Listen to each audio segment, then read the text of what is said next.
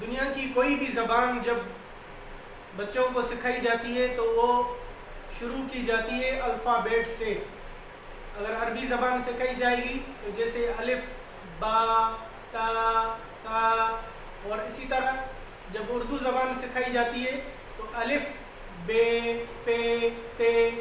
اسی طرح انگلش زبان جب سکھائی جاتی ہے تو وہ سب سے پہلے الفابیٹ سے شروع کی جاتی ہے، اے بی سی زیڈ تک. اسی طرح ہر زبان کے اندر واولز لیٹرز بھی ہوتے ہیں، کانسوننٹ بھی ہوتے ہیں.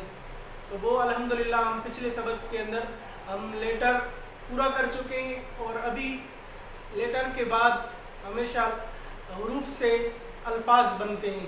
اور الفاظ لفظ کی جمع ہے جس کو انگلش میں ورڈ کہا جاتا ہے. تو یہ میں نے لفظ لکھا ہے ورڈ. تو ورڈ کسے کہتے ہیں؟ A meaningful group of letters is called a word. ایک معنی دار حروف کے مجموعے کو لفظ کہا جاتا ہے. فار ایگزامپل یہ لفظ بک، اس کے اندر حروف ہے بی ڈبل او کے. اگر ہم یہ پہلے لکھ دیتے ہیں او کے او بی، اب اس کو ہم پڑھیں گے تو اس سے ہمیں کوئی معنی نہیں ملتا، پڑھا بھی نہیں جاتا. تو اس کو ہم کیا کہیں گے؟ لفظ نہیں کہیں گے. لفظ وہ ہوتا ہے تعریف کے اندر جو آپ نے پڑھ لیا کہ ایک معنی دار حروف کے مجموعے کو لفظ کہا جاتا ہے. تو یہ لفظ ہوتا ہے. آگے ہم چلتے ہیں کہ جب آپ اس اسٹیپ کے اندر ہیں، لفظ کے اندر، ورڈ کے اندر، تو ورڈ کے اندر ٹیچرز کے لیے ایک پوائنٹ ہے کہ وہ کون سی چیزیں طلباء کو پڑھائیں. تو یہ بات پہلے بھی ذکر ہو چکی ہے کہ سب کو ایک ہی چھری سے ذبح نہیں کرنا چاہیے، ایک ترتیب سے نہیں.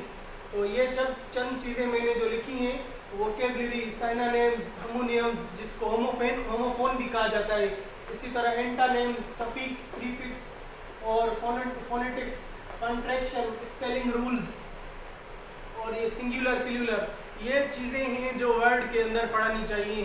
لیکن یہ بھی سب کو ایک ترتیب سے نہیں، ورنہ جو طلباء آپ کے پاس آئے ہیں کہ ہمیں روزمرہ کی انگلش ضرورت کے مطابق چاہیے، اگر آپ ان کو فونیٹکس کے اندر، گہرائی کے اندر لے جائیں گے، وہ طلباء نہیں پڑھیں گے، وہ بھاگ جائیں گے، ان کا دل بھر جائے گا.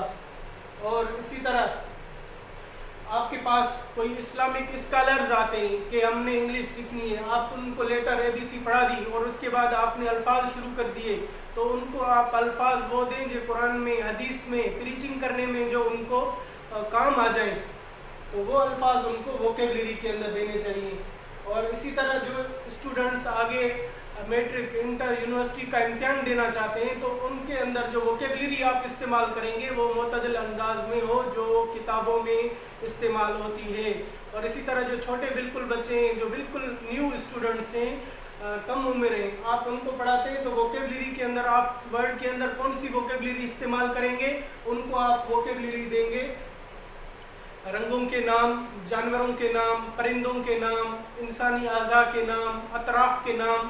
اسی طرح آپ ان کو چھوٹے چھوٹے الفاظ یہ دیں گے جو بچوں ان کو یاد بھی ہو جائیں، جن میں دلچسپی بھی ان کو پیدا ہو جائے.